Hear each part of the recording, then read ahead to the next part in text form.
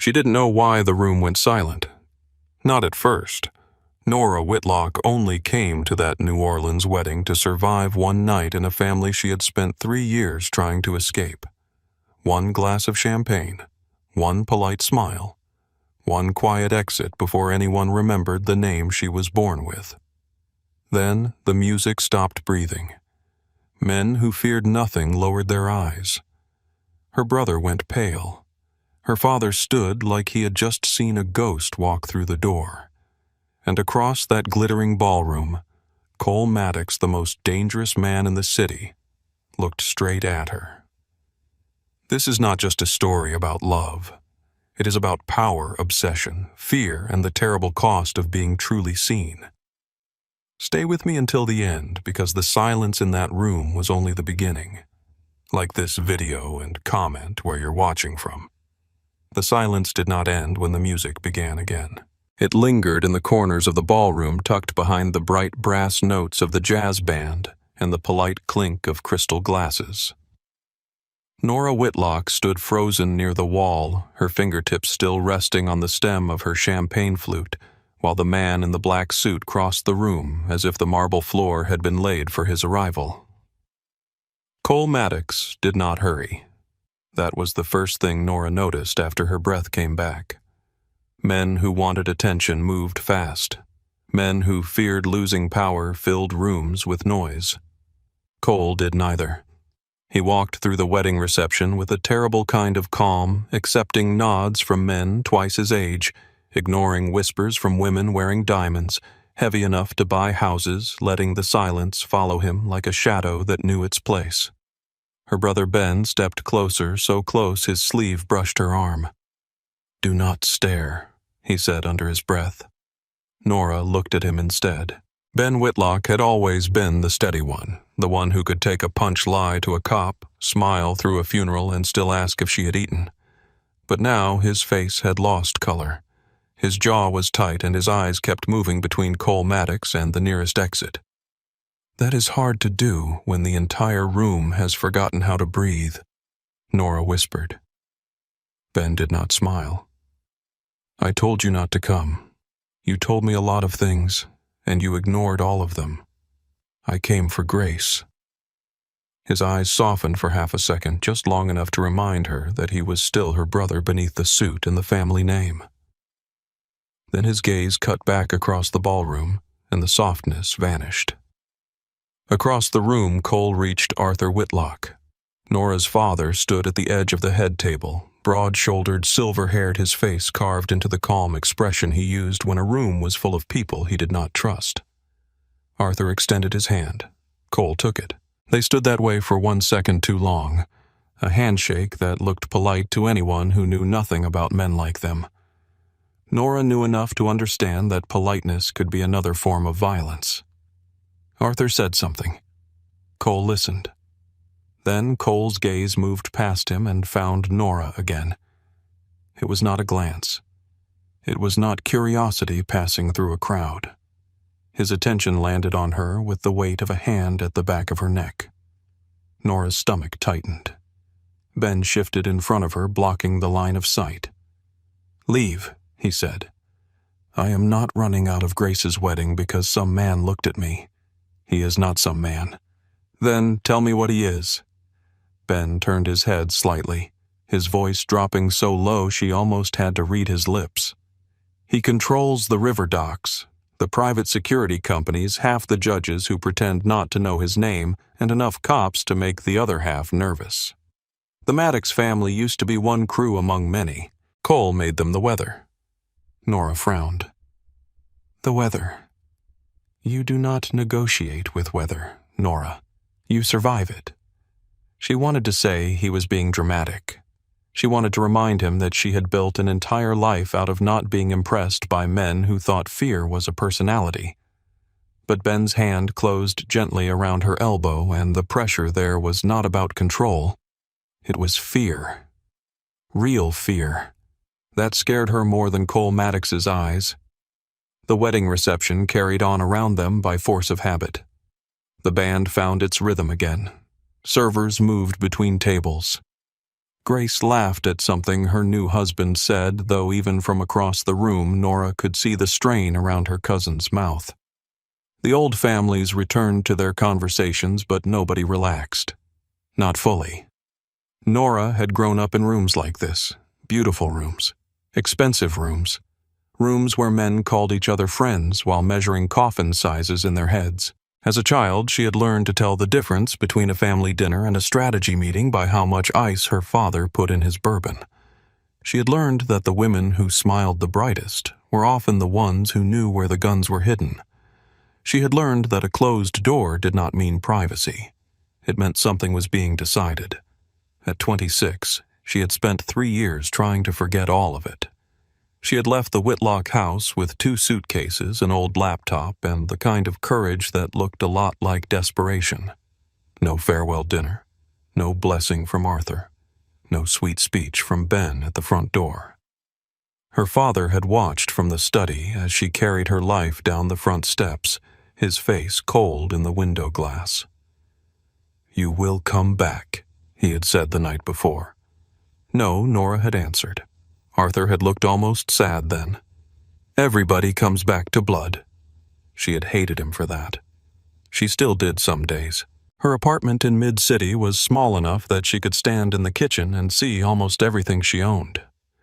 A second-hand couch, the color of oatmeal. A narrow desk beneath the window. 3 shelves of design books. Plants in chipped clay pots. A coffee maker that hissed like it resented mornings. The place had exposed brick uneven floors and a lock that stuck when the weather turned damp. Nora loved it. She loved that no one in the building knew what the Whitlock name meant. She loved buying her own groceries, arguing with clients over logo revisions, walking to the corner cafe in old sneakers with her hair twisted up and no one looking twice. She used her mother's maiden name for work. Nora Vale. Clean, simple, unattached. She designed menus for neighborhood restaurants, websites for small boutiques, branding packages for new businesses with more dreams than money. It was not glamorous. It was hers. Tonight had been the first family event she had attended in months, and only because Grace had called her personally. "Please come," Grace had said, her voice soft through the phone. Not for them. For me. Grace had always been the gentle one, the one who sent birthday cards, the one who asked real questions and waited for real answers. Nora could refuse Arthur. She could dodge Ben. She could ignore invitations printed on thick cream paper and delivered by drivers who did not blink. She could not refuse Grace. So she came. And now Cole Maddox was standing 10 yards from her father, and Ben looked like he was deciding whether he could drag her out without making a scene. "Nora." Grace's voice came from behind them. Nora turned and saw her cousin standing in her wedding gown, ivory lace skimming the polished floor, a veil pinned low in her dark hair. She looked beautiful and exhausted, like a candle that had been burning too long in a room with no air. Ben stepped away at once. "Grace," he said gently. Grace barely looked at him. Her eyes were on Nora. "You are not leaving already, are you?" Nora opened her mouth, then closed it. In the ballroom, Cole Maddox laughed quietly at something Arthur said. It was a soft sound, almost warm. Somehow, it made the room feel colder. "I was thinking about it," Nora admitted. Grace reached for her hand. "Stay a little longer. Grace, please." Her smile trembled. "I have spent all night being photographed, toasted, positioned, and passed around like I am part of the floral arrangement. I just want one person here who remembers I am a human being." That did it. Nora squeezed her hand. "All right, a little longer." Ben looked at her as if she had just stepped onto thin ice and called it dancing. Grace exhaled, relieved. Then someone called her name from the center of the room, and the bride was swept away again into the machinery of her own wedding. Ben leaned close. "You have 15 minutes. I am not a child. No, you are worse. You are stubborn and convinced that being independent makes you bulletproof." Nora looked at him sharply. "Do not do that. Do what? Talk to me like leaving was some phase I am going through." Ben's expression tightened. "I was proud of you for leaving." She did not expect that. It knocked some of the anger out of her. "Then why do you always sound like you are waiting for me to fail? Because I know what Dad knows." Ben's voice dropped. "Leaving the house is not the same as leaving the family. You can change your last name on business cards. You can rent a little apartment and make logos for coffee shops. You can pretend people like Cole Maddox cannot see you, but they can." Nora felt the words slide under her skin. "I am not part of this anymore." Ben looked at her, and for a moment she saw all the years between them. The childhood rooms, the whispered fights, the nights when he had stood outside her door while their father shouted downstairs, the way he had taken the family's weight, because someone had to, and because Arthur had never asked Nora if she wanted to carry it. "I know you believe that," he said. It hurt because he was not mocking her. He was grieving her. Nora pulled her hand free. "I need air." She left before he could stop her. The garden behind the mansion was lit with strings of small white bulbs. Spanish moss hung from the branches of ancient oaks, silver in the moonlight. The air smelled of wet grass gardenias and the river. Beyond the hedge, New Orleans moved in its own restless rhythm, tires over old streets, distant music, a siren fading before it became urgent. Nora pressed a hand to her stomach and breathed. Inside, the wedding continued. Outside, she could almost pretend she was only a woman in a blue dress at a family celebration, overwhelmed by too much champagne and too many relatives. The gravel shifted behind her. She turned, expecting Ben. It was her father. Arthur Whitlock stood at the edge of the garden path, one hand in his pocket, his black tuxedo immaculate. Age had not made him smaller. It had made him quieter, and that was worse. His hair was more silver than black now, but his eyes were the same pale gray she remembered from childhood. "You look like your mother tonight," he said. Nora almost laughed. "That is usually what you say when you want me to lower my guard." Arthur's mouth moved with the faintest suggestion of a smile. "You always were too quick. You always hated that." "No," he said. "I feared it." The honesty sat between them, unexpected and unwelcome. Nora looked away. "Grace asked me to come. I am not here for business. I am not here to make a statement. I am not here to embarrass you. You think your presence is only yours to define. It is." Arthur stepped closer, stopping beside a marble fountain where water moved softly over stone. "Cole Maddox noticed you. So everyone keeps telling me. You do not understand what that means. Then explain it without turning me into property." Arthur's face hardened. "There are people in this city who collect beautiful things. Paintings, buildings, debts, secrets. Cole collects consequences. If he has decided you matter, then you matter to more than yourself now." A chill moved through her, though the night was warm. "I do not even know him. That has never stopped a man from wanting." Nora swallowed. "Is this where you pretend to protect me?" Arthur looked toward the ballroom windows where golden light spilled over the garden. "I failed to protect you from this family. I know that." She stared at him. For years she had wanted him to say something close to an apology. Now that he had it did not heal anything. It only opened an older wound. "I am going home," she said. "That would be wise. Do not sound so relieved." "I am not relieved." His eyes returned to her. "I am afraid." Nora did not answer. She walked past him back through the side entrance, through the hallway where portraits of dead Whitlocks watched from dark frames through the edge of the ballroom without looking for Cole Maddox. She failed. Just once, as she reached the foyer, she glanced back. Cole stood near the far windows. He was speaking to a man Nora did not recognize, but his eyes were on her. No smile, no nod, only that same focused stillness, as if the rest of the world had become background noise. Nora turned and left. 3 days passed. On Monday morning, she woke up to rain tapping against the window beside her bed and told herself the wedding had already become smaller in memory. The room had not really gone silent.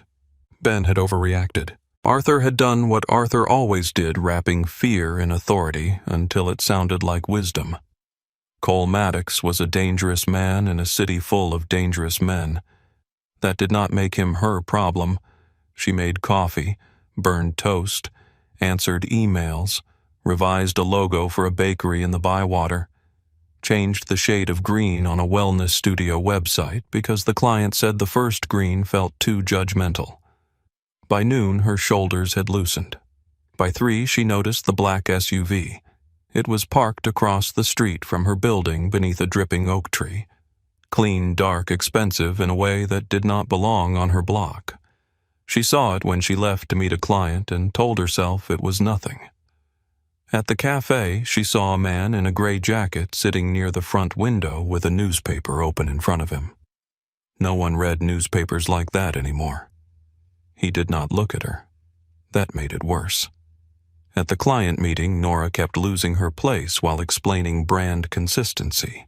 Through the glass door across the street, the same black SUV waited beside a fire hydrant. Her client, a woman opening a small candle shop, touched Nora's arm. "Are you okay?" Nora forced a smile. "Yes. Sorry. Long weekend." By the time she walked home, the sky had cleared, leaving the sidewalks slick and shining. Every sound seemed sharpened. Bicycle wheels over puddles, a dog barking behind a fence, her own keys shifting in her hand. The SUV followed at a distance, not close enough to accuse, close enough to understand.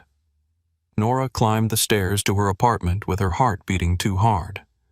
The hallway smelled of lemon cleaner and old wood. Her lock stuck twice before turning. She shoved the door open, stepped inside, and shut it quickly behind her. Her apartment was exactly as she had left it. Laptop on the desk, sketchbook open, mug in the sink. One plant leaning toward the window like it wanted to escape too. Nothing had changed. Everything had. She locked the door, then pushed the small table in front of it, feeling foolish and frightened and furious all at once. Her phone rang. Unknown number. Nora stared at the screen. The ringing filled the apartment. She let it go silent. A second later, it rang again. She answered before she could talk herself out of it. "Hello?" A man's voice came through the line, low and smooth, touched with a southern calm that did nothing to soften it. "You walked home too fast." Nora went still. Outside the window, the street lamp flickered on. "Who is this?" "You know who this is?" Her mouth went dry. "Cole Maddox. I wondered how my name would sound in your voice." The anger came fast because fear needed somewhere to go. "Are you having me followed?" "Yes." No pause. No excuse. Nora gripped the phone tighter. "You admit that like it is normal. It is normal in my life. It is not normal in mine. I know." The quiet after that was worse than arrogance. He sounded as if he truly did know. As if he had studied the shape of her life and understood exactly where he did not belong. "How did you get my number?" "You use it for your business. That is not an answer. It is the honest one." Nora laughed once, sharp and humorless. "Honesty does not make stalking charming." "I am not trying to charm you." "No. What are you trying to do?" Another small silence. "Meet you properly." "We met enough. We stood in the same room. That is not the same thing. I do not want to meet you." "Yes, you do." The certainty in his voice made her pulse jump. "You do not know me. I know you left a house most people would have killed to enter. I know you changed your name but not your habits. I know you take the long route home when you are upset. I know you design beautiful things for people who have no idea who made them. I know your brother is afraid for you, and your father is afraid of what I might see when I look at you." Nora's skin went cold. "That is not knowing me. That is collecting information." "Yes," Cole said. "It is." At least he did not dress the violation in romance. She hated that some part of her respected the lack of lies. "What do you want, dinner?" "No. A car will be outside at 8 tomorrow." I said no. "I heard you. Then why are you sending a car?" "So you can refuse me to my face." Nora turned toward the window. Down on the street, the black SUV sat beneath the lamp, its windshield dark. "You think that is a choice?" "I think choices are rarely clean. That does not make them fake. You are unbelievable. I have been called worse. I am not going. Wear something you like, Nora, not something meant to disappear." Her breath caught before she could stop it. He knew. Somehow he knew exactly where to press. "I am hanging up. Then hang up." She did. The apartment seemed too quiet afterward. Nora stood in the middle of the room with the phone still in her hand, her heart hammering against her ribs. She wanted to throw it across the room. She wanted to call the police. She wanted to call Ben. She wanted to go downstairs, march to the SUV, and demand that Cole Maddox crawl back into whatever shadow had made him. Instead, she called her brother. Ben answered on the first ring. "Tell me he did not contact you." Nora closed her eyes. "He wants dinner." A sound left Ben low and rough. "Damn it. He is sending a car tomorrow. Go." Nora opened her eyes. "What?" "Go to dinner. Have you lost your mind?" "No. I am trying to keep you alive. He had me followed Ben." "I know. He knows where I live." "I know. He called me like he owns the air between us." "Nora, listen to me." "No, you listen. I left because I was tired of men deciding which rooms I was allowed to stand in."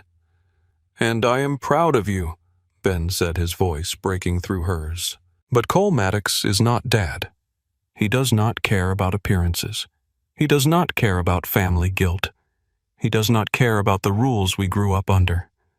If he is asking instead of taking, then for God's sake hear the difference." Nora sat slowly on the edge of the couch.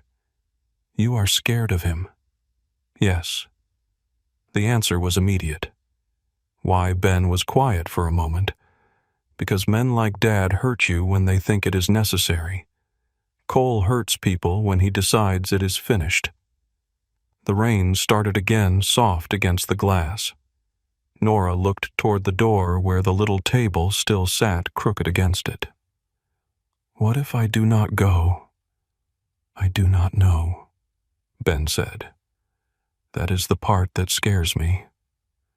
The car arrived at 8 exactly. Nora had spent the day pretending she was not going. She answered emails, folded laundry, took a shower, stood in front of her closet for 20 minutes with wet hair dripping onto the floor. In the end, she wore black trousers, a cream silk blouse, and a coat the color of smoke. Not seductive, not plain, not armor, though she wished it were. The driver did not speak when she got in. The city slid past the tinted windows blurred by rain and neon. New Orleans at night looked like it was keeping secrets on purpose. Gas lamps burned in the quarter. Music spilled from doorways. Tourists laughed too loudly on corners where men in dark cars watched without moving. The restaurant was hidden behind a courtyard gate on a narrow street off Royal. No sign, no crowd. Just a brass lantern, a locked door, and a man in a navy suit who opened it before Nora knocked. "Miss Vale," he said. Not Whitlock. Vale. That almost made her turn around. Inside the restaurant was all candlelight, brick dark wood, and white tablecloths. It smelled of butter, wine, and rain-soaked stone. Every table was empty except one in the back room. Cole Maddox stood when she entered. The movement was simple, respectful, somehow more unsettling than if he had stayed seated like a king. "Nora Vale," he said. She lifted her chin. "You learn quickly. I try not to make the same mistake twice. You made more than one." A faint smile touched his mouth. "I know." The man who had escorted her closed the door, leaving them alone. Nora stayed standing. Cole did not tell her to sit. He waited. That was the first thing he gave her all night. Space. She hated that she noticed. Finally, she pulled out the chair herself and sat. Cole sat across from her. There was wine on the table untouched. Water, too. He poured neither. "You can leave whenever you want," he said. Nora looked at the closed door. "Can I?" "Yes." "Would your man outside stop me?" "No." "Would the driver take me home?" "Yes." "Would you keep following me afterward?" Cole held her gaze. "No." She studied him for a lie and found none she could name. "Why?" "Because you asked me not to. I asked you last night. You were angry last night. I am angry now." "Yes," he said. "But now you are here." Nora hated the way that answer moved through her, like he had placed a mirror in front of a truth she did not want to see. A server entered quietly, placed small plates on the table, then vanished without asking for an order. Cole watched Nora, not the food. "Your brother told you to come." "He did." "That must have annoyed you." "Everything about you annoys me." This time his smile deepened, and for one dangerous second he looked almost human. "Good. Good. If you were only afraid this would be boring. I am not here to entertain you." "No," he said. "You are here because you want to understand why a room full of powerful people went quiet when I walked in." Nora said nothing. Cole leaned back, relaxed but not careless. "The answer is simple. They know what I am willing to do. And what is that? What they only pretend they can." The words should have sounded theatrical. They did not. They sounded like a weather report. Nora reached for her water. "You enjoy being feared." "No, I do not believe you. I enjoy being understood." That is a pretty way to describe terror.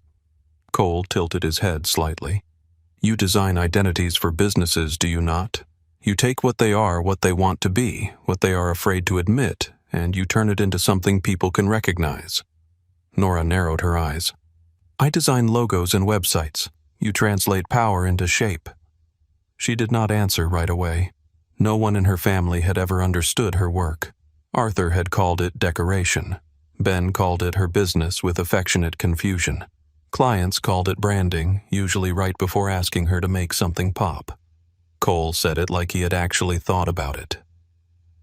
"That does not make what you do any less ugly," she said. No, he agreed.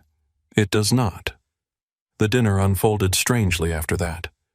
He did not threaten her, did not touch her, did not ask invasive questions about her father, though she felt he already knew the answers. Instead, he asked about typefaces, negative space color, why some designs felt honest and others felt cheap. At first, she answered stiffly. Then, against her will, she answered for real. She told him that empty space mattered because it forced the eye to choose. That restraint could be more powerful than ornament. That the best designs did not beg to be noticed. They made the right people stop. Cole listened like every word had weight. "Power works the same way," he said. Nora looked at him over the rim of her glass. "Of course you would think that. The loudest man in a room is usually the weakest. And the quiet one. The quiet one is either afraid," Cole said, "or deciding." A small chill ran through her. "Which one were you at the wedding?" His eyes stayed on hers. "Deciding." Nora's pulse moved in her throat. "About what?" "You." The room seemed to narrow around that single word. Nora set her glass down carefully. "You do not get to decide me." "No," Cole said. "I do not." The answer was too quick. too calm. "Then what do you want from me for tonight conversation?" And after tonight, his gaze dropped briefly to her hands, then returned to her face, to see if what I felt in that ballroom was instinct or mistake. Nora should have asked what he felt. She did not trust herself with the answer. The server cleared plates. Coffee arrived. Rain ticked against the courtyard windows. Somewhere beyond the door, the city continued without knowing that Nora's life had shifted an inch off its axis. When the meal ended, Cole walked her to the courtyard. The driver waited beside the car. Nora paused beneath the lantern. "You said I could ask you anything." "I did. Why me?" For the first time all night, Cole did not answer immediately. The rain softened the edges of his face. The scar along his jaw caught the light, because everyone in that room wanted something he said. Money, safety, approval, power, forgiveness. You were the only person there who wanted out. Nora's throat tightened. "That is not a reason to want someone." "No," Cole said quietly, "but it is a reason to notice them." She looked away because the truth of it was too intimate. He opened the car door for her but did not touch her. "Nora." She stopped. "If you tell me not to contact you again, I will respect it." She looked at him then, searching his face. "And if I do not tell you that?" His expression remained controlled, but something in his eyes sharpened. "Then I will call." Nora got into the car. The ride home was silent. No black SUV followed after the driver dropped her off. No man waited under the oak tree. The street outside her apartment was wet and empty, shining under the lamps. Inside her apartment smelled faintly of coffee and rain. The table was still pushed against the door. Nora moved it back. Her phone buzzed once before she could take off her coat. A message from an unknown number appeared on the screen. "You can tell yourself you came because I made you, but we both know you wanted answers." Nora stared at the message until the screen went black. Then she turned the phone face down on the table, stood in the quiet apartment she had built for herself, and realized she had no idea whether she had just returned home or crossed the first invisible line away from it. For 3 days after that dinner, Cole Maddox disappeared so completely that Nora began to wonder if she had imagined the whole thing. No black SUV waited beneath the oak tree. No unknown number lit up her phone. No man in a gray jacket sat too still in the corner of her favorite cafe. Her street returned to its ordinary noises: delivery trucks in the morning, neighbors arguing about parking, rainwater dripping from balconies, dogs barking at nothing behind iron gates. Nora should have felt relieved. Instead, she checked her phone every hour and hated herself for it. By Wednesday night, she had redesigned the same restaurant logo 6 times and ruined all 6 versions. The letters blurred on her screen. Every curve looked wrong. Every color felt too loud. She told herself it was exhaustion. She told herself it was the weather, the thick New Orleans humidity pressing against the windows like a hand. But the truth sat beside her in the quiet apartment. She was waiting. Waiting for a man she should not want to hear from. Waiting for a voice that had entered her life like smoke under a locked door. Waiting for danger to prove it had not simply walked away. At 9:30, her client finally emailed saying the first version had actually been perfect. Nora laughed once, tired and sharp, then closed her laptop. The apartment felt too small. The air inside felt used. She grabbed her coat and walked 4 blocks to a late-night coffee shop near Canal, the one with chipped green tables and a neon sign that hummed louder than the espresso machine. She ordered black coffee she did not need and opened her sketchbook. For a while, the scratch of her pencil steadied her. Lines became shapes. Shapes became a symbol. A broken circle, an open door, a crown without points. Then the bell above the entrance rang. Nora did not look up right away. She knew before she saw him that whoever entered was there for her. The cafe changed. Not like the ballroom had changed when Cole walked in. This was smaller, quieter, almost private. The barista stopped wiping the counter. A man near the window lowered his newspaper.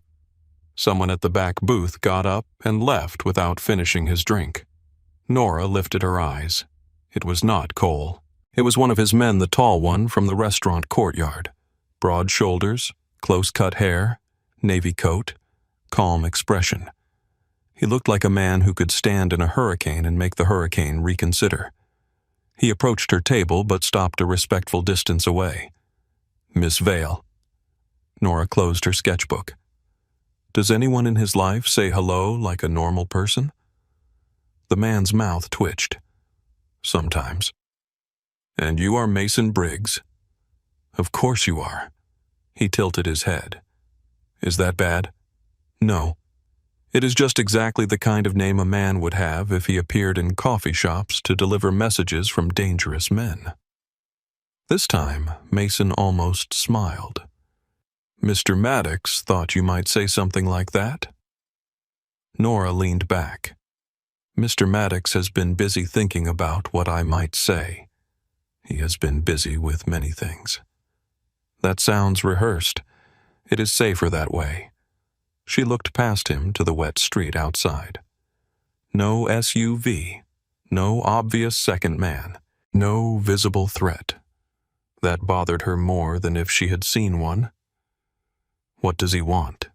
"He is at a warehouse by the river. He said you could come if you wanted." Nora stared at him. "Could?" "Yes."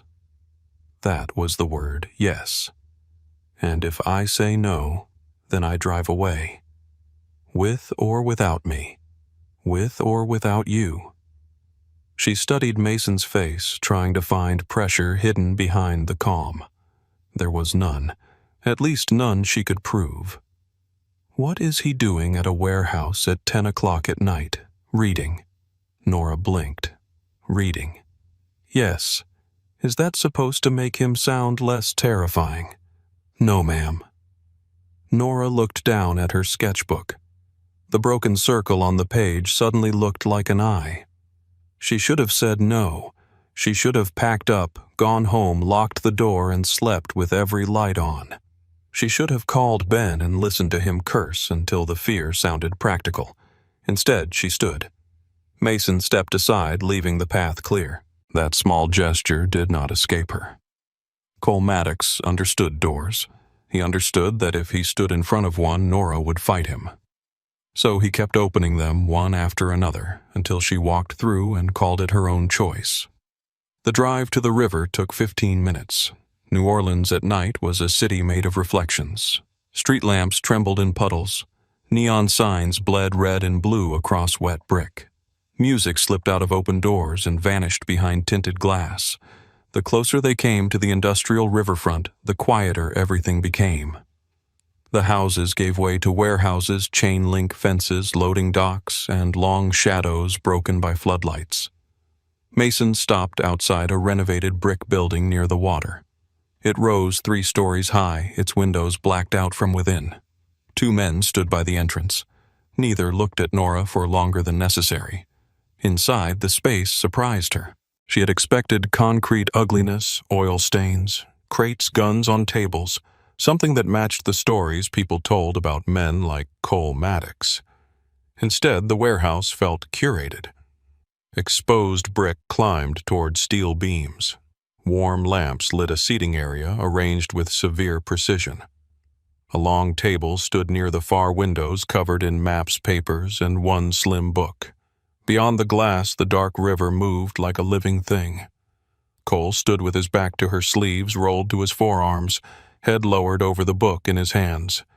He did not turn immediately. "You came," he said. "You keep saying that like you already know I will."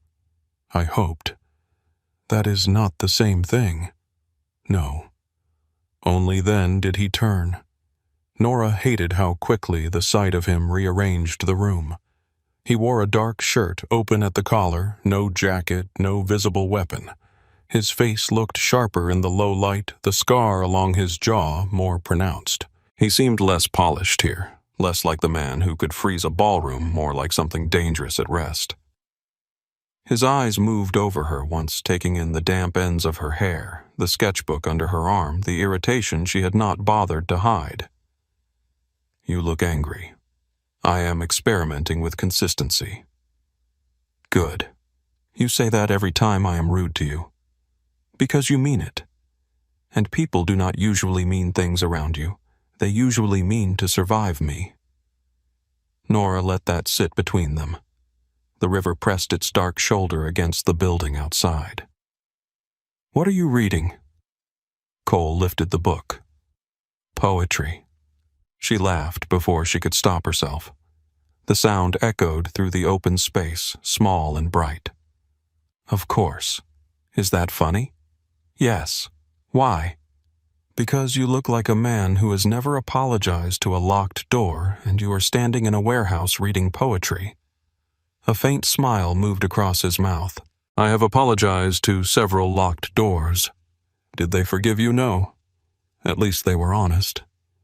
He looked down at the book, then placed it on the table with unexpected care. My mother read poetry. That quieted her. Nora had expected charm deflection, maybe a threat wrapped in velvet. Not his mother. She died when I was young, Cole said. I remember very little about her voice. But I remember the books. I remember the way she touched the pages, like the words were alive and might bruise. Nora's grip softened around her sketchbook. What was her name? Evelyn. The name changed his face for half a second. Then the control returned. I did not bring you here to talk about ghosts. Then why did you bring me here? I did not bring you. His eyes met hers. I asked. You came. There it is again. What? That little trick. You put the cage in the room, leave the door open, and act like the bird invented flying. Cole did not smile. For the first time since she entered, something like respect sharpened in his expression. That is a good line. It is not a line. It is an accusation. I know. Nora stepped closer to the table.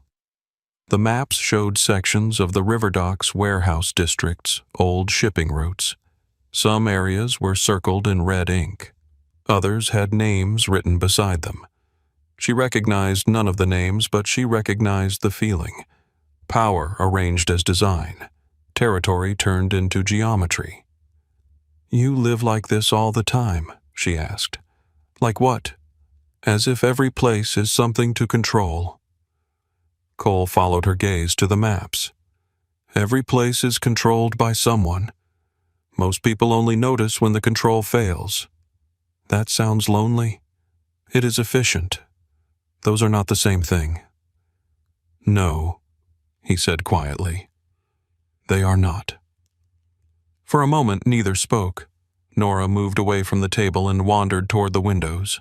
The river beyond them carried faint points of light on its black surface. A barge moved slowly in the distance, its horn low and mournful. I left my father because I was tired of rooms like this, she said. Cole came no closer. Rooms with maps. Rooms where men decide the shape of other people's lives and call it responsibility. His reflection appeared in the glass behind hers. And yet you came back to one. Yes. Why Nora watched the river. Because you asked like you knew I wanted to. Cole's reflection did not move. That bothers you. It should bother you. It does. She turned. There was no performance in his voice. That unsettled her more than a lie would have. Cole stepped toward the table and poured water into a glass. He offered it to her without closing the distance too much. Nora took it. His fingers did not touch hers. Again she noticed. Again she wished she had not. I have done this badly, he said. Nora raised an eyebrow. Stalking women into dinner is usually considered poor form. Yes. And sending men to coffee shops. Yes. And knowing things about my life that I did not give you permission to know. Yes. She crossed her arms. You are very agreeable for a criminal. I am not disagreeing with facts. Are you apologizing? Cole looked at her for a long moment. I am not good at apology. I am shocked, but I can correct behavior. That sounds like something a machine would say. I have been called worse. You keep saying that too. It remains true. Despite herself, Nora felt the corner of her mouth shift. Cole saw it. His expression changed almost imperceptibly, as if he had won something he did not dare claim out loud. No more surveillance, he said. The smile vanished from Nora's face. What? No one outside your apartment. No one in your cafe. No one near your clients. Not unless you ask. I will not ask. I know. Then why offer? Because you are right. If I want you to choose to see me, I cannot make every other option feel unsafe. Nora stared at him, pulse slow and heavy in her ears. That is almost self-aware.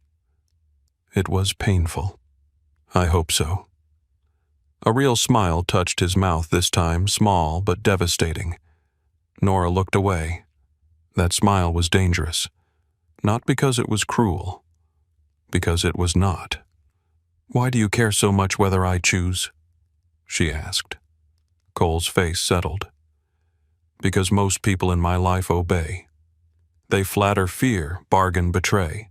But they do not choose freely. Not around me. And you think I think you are trying to. Trying is not the same as succeeding. No. They stood in the quiet warehouse, the river moving outside the city, breathing around them through walls of brick and steel. Cole reached for something on the table and held it out. A business card. Hers. Nora Vale Design. She recognized the thick cream stock, the small embossed mark she had made herself. A clean V hidden inside a doorway shape. Where did you get that?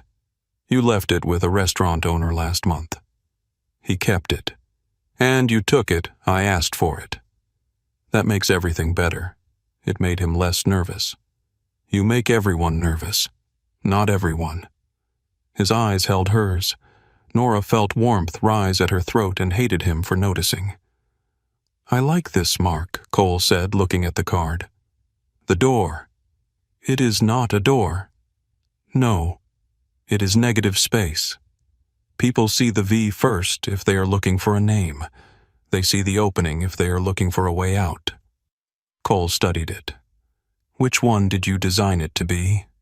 Nora did not answer right away. Both. His thumb moved over the raised paper, careful. You build exits into everything.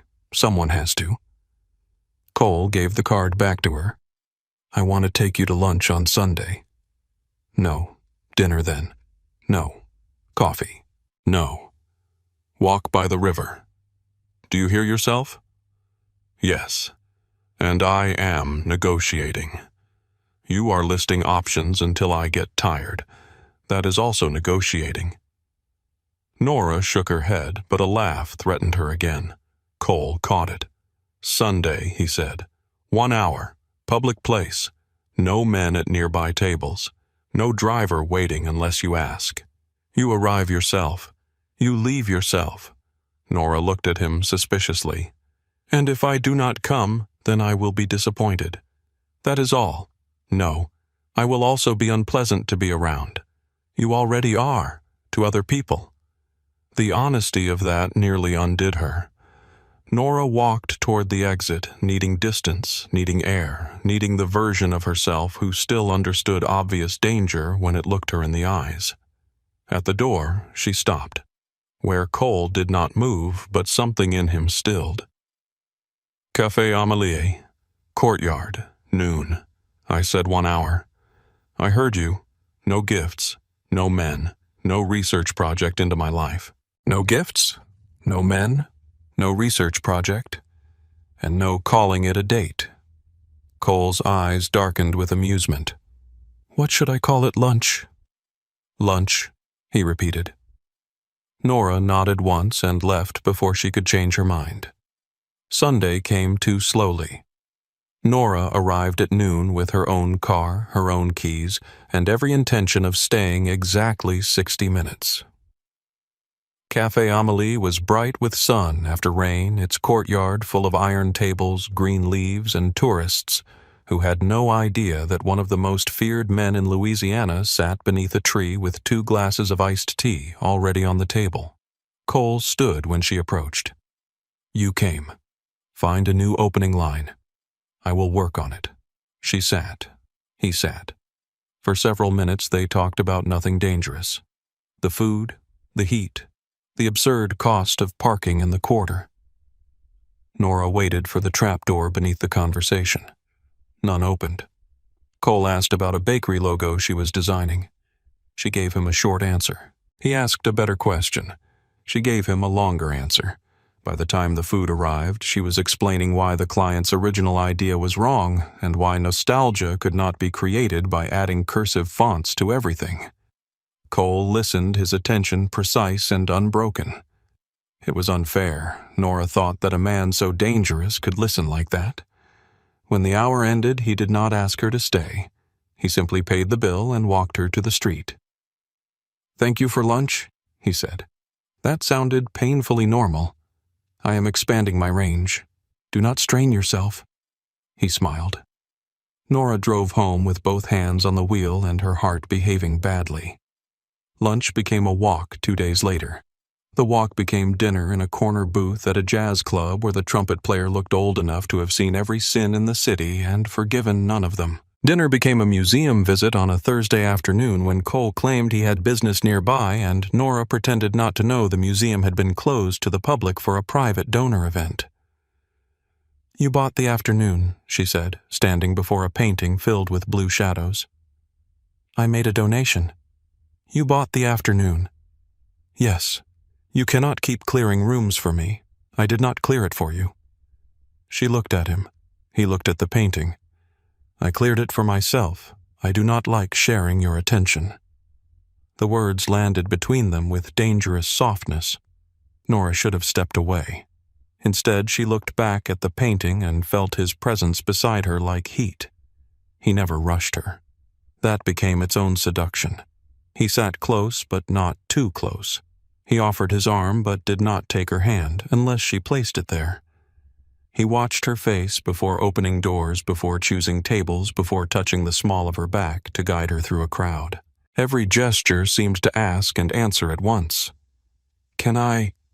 "You already know you can." The worst part was that Nora began to like the asking. Then came the gala. It was a charity event at a hotel downtown, all chandeliers, cameras, donation cards, and polished lies. Cole told her she did not have to come. That alone made her suspicious enough to say yes. She wore a black dress this time. Not blue, not visible by accident, visible on purpose. When she stepped out of her apartment, Cole was waiting beside the car. For a second he did not speak. His gaze moved over her with such quiet force that her skin warmed beneath the dress. "You look," he began, then stopped. Nora lifted an eyebrow. "Careful." "No," he said. "That is the problem." At the gala, people watched them. Not openly. They knew better. But Nora felt the glances slide over her shoulders, her hands the space between her and Cole. Men who had ignored her for years suddenly remembered her name.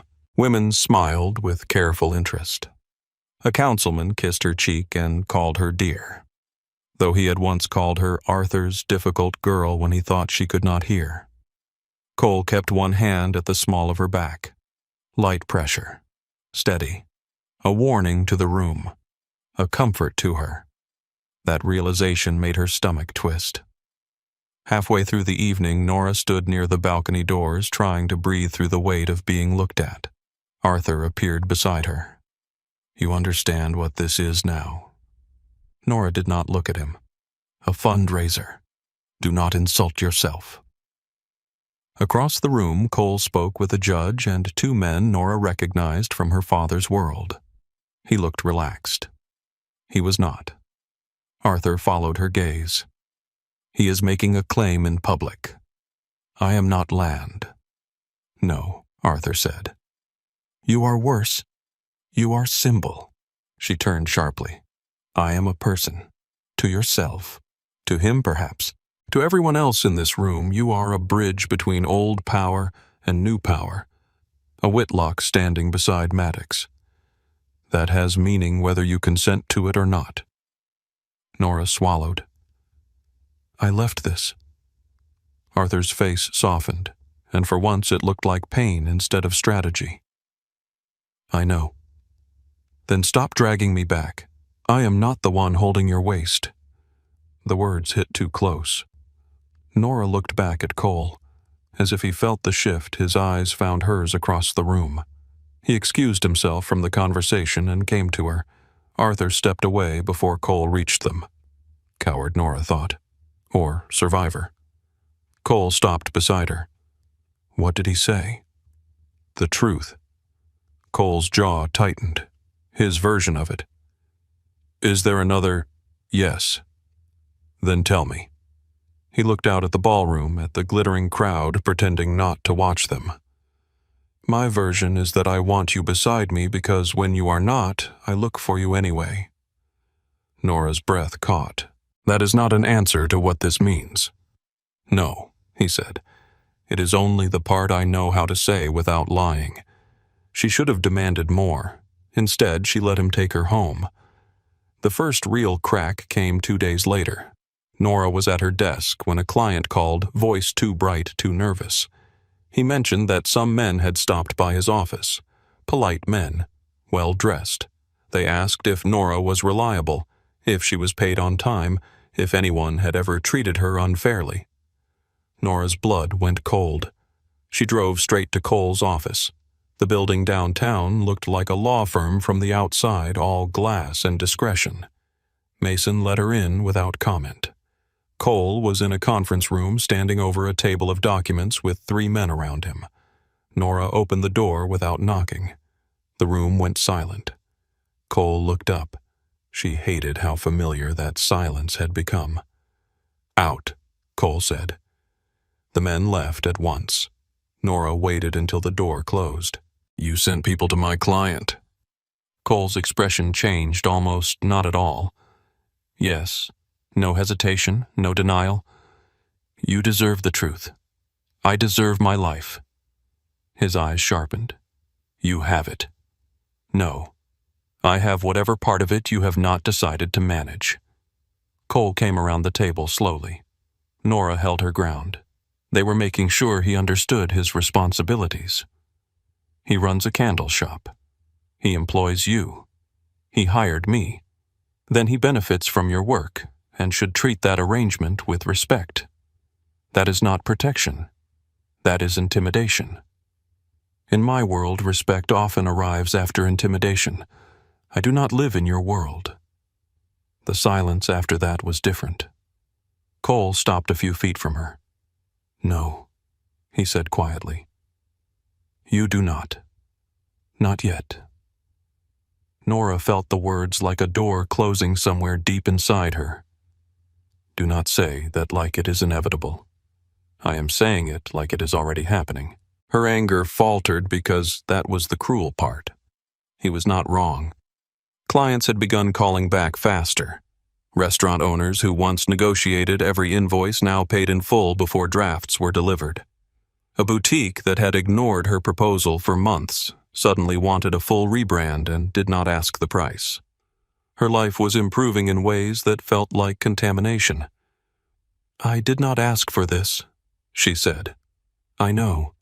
Then stop. Cole studied her face. All right.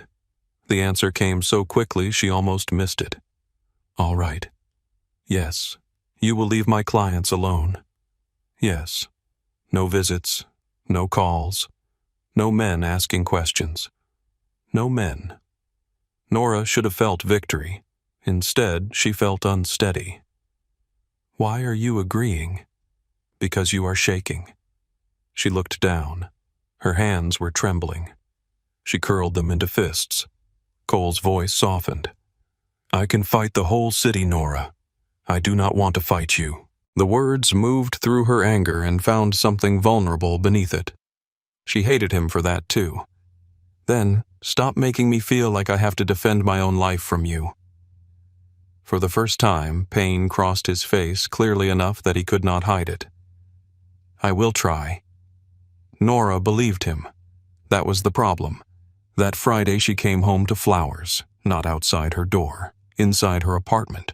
White magnolias, black calla lilies, dark red roses arranged in a glass vase on her small kitchen table. The flowers were beautiful, wildly beautiful, too expensive for the room, too intimate for forgiveness. Nora stood in the doorway, keys still in her hand. The apartment was quiet. Her laptop was untouched, her drawers closed. Nothing missing, nothing broken. Only the flowers. Only the proof that a locked door had never been a locked door at all. Her phone buzzed. I crossed a line. Nora stared at the message, then answered the call when it came. Cole spoke first. I had them delivered before our conversation. I should have stopped it. You have a key. No. Do not lie to me. I do not have a key. Someone who works for your landlord does. That is not better. No. Nora walked to the table and touched one magnolia petal. It felt soft as skin. You put beauty in my home like an apology, but all I can see is the threat underneath it. Cole was silent. She heard something in the background on his end, a door closing, a low voice, then quiet. I am sorry, he said. The words were rough, like they had cost him more than money ever could. Nora closed her eyes. You cannot keep doing this. I know. I mean it. I know. If you want to be in my life, you do not get to break into it. Another silence. Then Cole said, Tell me what the line is. She opened her eyes. What? Tell me. Clearly. I will follow it. Nora looked around her apartment, her safe little apartment, her plants, her uneven floor, her table with his flowers on it gorgeous as sin. No surveillance, no entering my home, no contacting my clients, no using Ben to find out where I am, no decisions about my life without me in the room. Cole did not speak for several seconds. Then, done. That easy. No. He said. Not easy. Then why agree? Because losing control frightens me less than losing the chance to see you choose me without it. Nora gripped the edge of the table. Her anger should have held. It did not. You should not say things like that. I know. You make it hard to hate you. His voice lowered. I am not trying to be hated. What are you trying to be? The answer came quietly. Aloud. Nora's breath caught. Outside, a car passed through rainwater on the street below. The flowers filled the apartment with a dark, sweet scent. She did not forgive him, not fully, but she did not throw the flowers away. That night, long after the call ended, Nora sat by the window with the lights off and watched the city shimmer through the glass. For the first time in days, there was no car outside, no man watching from the corner, no shadow arranged by Cole Maddox to protect her from other shadows. He had kept the line. The space should have felt like freedom. Instead, it felt like the moment after music stops when everyone is waiting to see who will move first. Nora looked back at the flowers on the table. Beautiful things could still be warnings. Open doors could still lead into cages. And somewhere across the city, Cole Maddox was learning how to wait. Cole Maddox was learning how to wait. For 1 week, he kept every line Nora had drawn. No car appeared outside her apartment. No client called with a nervous voice. No man in a gray jacket sat too still in the corner of her cafe. The flowers remained on her kitchen table until the magnolias browned at the edges and the roses opened so wide they looked wounded. Nora should have felt steadier. Instead, the quiet made everything inside her louder. She worked. She cooked. She met a friend for coffee and managed to talk about normal things for almost an hour. She revised a seafood restaurant website, argued with a printer about paperweight, and paid her electric bill 3 days late because she had forgotten the date. Life moved forward. But Cole Maddox had become the kind of absence that shaped a room. On the 8th night, the city gave him back to her. Nora was brushing rain from her coat outside a grocery store when her phone rang. His name was not saved in her contacts, but she knew the number now. She stood beneath the green awning, holding a paper bag against her hip, watching water rush along the curb. "Hello, Nora." One word and the night changed. His voice was calm but not soft. It had an edge beneath it, quiet and sharp. "What happened?" she asked. A pause. "Are you alone?" She looked around. A couple hurried toward a parked car. A man in a Saints hoodie smoked near the cart return. The street smelled like rain exhaust and wet asphalt. "Yes. Go home." Her grip tightened around the phone.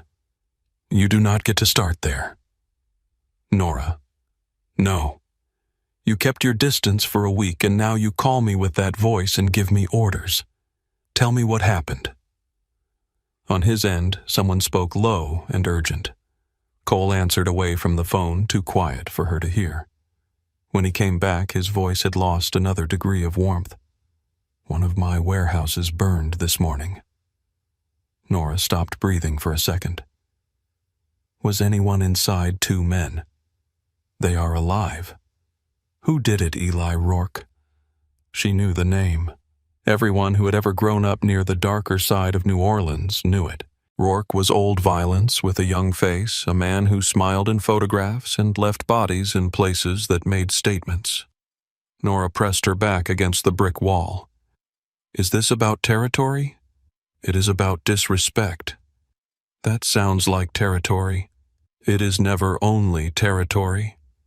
Rain tapped hard against the awning above her. "Why are you calling me?" "Because Rourke's people took photographs of your building." The words entered her slowly, one blade at a time. "My building. And your car. And the cafe where you work on Thursdays." Nora looked across the street, suddenly aware of every parked vehicle, every shadow beneath every balcony. "You said no surveillance." "I said no surveillance from me." Fear rose before anger could cover it. "Do you have the pictures?" "Yes." "Send them." "No." "Cole." "No." His refusal was immediate, and for once it did not feel like control. It felt like containment, like he had seen something ugly and wanted to keep it from touching her eyes. Nora closed her eyes. "What do you want me to do?" "Go home. Pack enough for 3 days. Mason will be there in 15 minutes. "No." "Nora." "I said no because I need you to ask me." Silence moved through the line. The rain kept falling. When Cole spoke again, his voice was lower. "Will you come to the penthouse tonight so I can keep you safe while I deal with this?" Her eyes stung not from fear alone. That was not so hard. It was excruciating. Despite everything, a laugh broke out of her. Small, unsteady, real. "I will pack a bag. Thank you. Do not sound relieved. I am still angry. I know." "Good." "Nora, what? Do not stop anywhere else." She looked into the rain-soaked street and understood that the city she had walked through freely that morning had become something else by nightfall. "I won't." Mason arrived 14 minutes later. He did not enter her apartment. He waited in the hallway facing the stairs while Nora packed with shaking hands. Clothes, laptop charger, sketchbook, toothbrush. Her movements were too fast, then too slow. She stood in front of her plants for several seconds, feeling ridiculous for wanting to apologize to them. Her apartment looked painfully ordinary. The couch, the desk, the chipped mug in the sink, the cheap curtains she had been meaning to replace for a year. This was the life she had built after leaving the Whitlocks. A small life, yes, but every inch of it had been chosen. Mason cleared his throat gently from the hall. Miss Vale, I know. She locked the door behind her and touched the handle once before letting go. The penthouse sat high above downtown glass and steel cutting into the rain clouds. Cole lived in a building with a private entrance, private elevator, and security so smooth it looked invisible until Nora realized every person in the lobby knew exactly where her hands were. The elevator opened directly into his residence. Nora stepped out and stopped. The space was beautiful in a cold, disciplined way. White walls, black stone, gray furniture, wide windows overlooking the wet glitter of the city. Nothing out of place, nothing unnecessary. It looked less like a home than a decision. Cole stood near the Windows phone, in one hand, jacket-off shirt sleeves rolled up. His hair was slightly disordered, as if he had run his fingers through it too many times. Two men stood near the kitchen island waiting for instruction. When Cole saw Nora, his face changed. Not much. Enough. He ended the call without saying goodbye. You came. She set her bag down. Do not make that sound like victory. His mouth tightened. I won't. Where do you want me? The question landed between them with more weight than she intended. Cole glanced toward the hallway. There is a room beside mine. It has its own bath. The lock works from the inside. No one has access except you. And you, not unless you open it. Nora searched his face. You prepared a room for me? Yes. When? After the first dinner. She should have been furious. Maybe she was. But underneath the anger was something softer, more frightening. He had imagined her here before she had agreed to anything. He had made space for her inside the fortress of his life. That is unsettling. I know. And thoughtful. I know that too. She looked away before he could see too much. The room was at the end of the hall, quiet and elegant, with a bed dressed in pale linen and windows facing the river. There were fresh towels, an empty closet, a glass of water on the nightstand. No flowers, no note, nothing that felt like a claim. Nora sat on the edge of the bed and listened to the muffled voices from the other room. The city burned somewhere beyond the glass, but in here, everything was too still. By the third day, her bag had become a drawer. Her laptop had found a place on Cole's office desk. Her coat hung beside his in the entry closet. Small things, innocent things, but each one felt like a nail tapping into wood. Cole did not touch her. That was the cruelty of it. He walked close enough that she could feel the warmth of him, then stepped away. He handed her coffee in the morning, remembered exactly how much cream she used, and never brushed her fingers. He asked about her work, stood behind her chair to study a design, then kept his hands at his sides like restraint was a physical labor. Nora told herself she appreciated it. At night, she lay in the guest room staring at the ceiling, listening to the low murmur of his voice through the wall as he took calls no decent man would need to take. On the fourth evening, rain trapped them inside. Cole found her on the glass-enclosed terrace, curled in a chair with her knees drawn up, her sketchbook open but blank. The city below shimmered under stormlight. He stood in the doorway. May I come in? Nora looked up. You live here. That was not what I asked. She closed the sketchbook. Yes. Cole took the chair across from her, leaving enough space for the rain to speak between them. For a while they watched the windows blur. Then he said, Tell me something true. Nora looked at him. That is a dangerous request from you. I know. She thought about giving him something small, something harmless. She did not. When I was 12, I wanted to be a painter. Cole's expression did not change, but his attention deepened. My mother bought me oils for my birthday. Real ones, expensive ones. I painted terrible little landscapes and thought they were masterpieces. My father told me art was a hobby for women who had husbands with money. He said if I wanted to create things, I should create something useful. She smiled without humor. So, I studied design. It was my compromise. Art with a business card. Cole was quiet. And now I make beautiful things for people who do not know what my last name means. That sounds like freedom. It did. She looked at the rain. Before you. Cole absorbed that without flinching. I have taken some of it from you. Nora looked back at him, surprised by the plainness of the admission. Yes. I do not know how to want something without trying to protect it. I am not a thing. No. But you want me like one sometimes. His jaw tightened. Yes. The honesty hurt more than denial would have. Nora stood and went to the window. Her reflection looked pale against the city lights.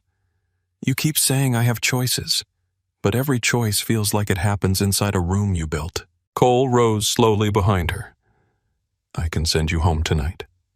She turned. Can you? Yes. And if Rourke comes for me, then I will kill everyone between him and you. He said it calmly. That was the problem. Nora's pulse beat once hard. You hear yourself, don't you, always? And still you say things like that, because they are true. The rain slid down the glass in silver lines. Nora stepped closer before she could talk herself out of it. I think I am falling in love with you. Cole went still. The whole penthouse seemed to go still with him. She had not planned to say it. The words had lived somewhere beneath her ribs, unnamed and unwelcome, and now they stood between them with nowhere to hide. Cole turned away first. He walked to the far window, one hand closing into a fist at his side. Nora. That is not an answer. You should not.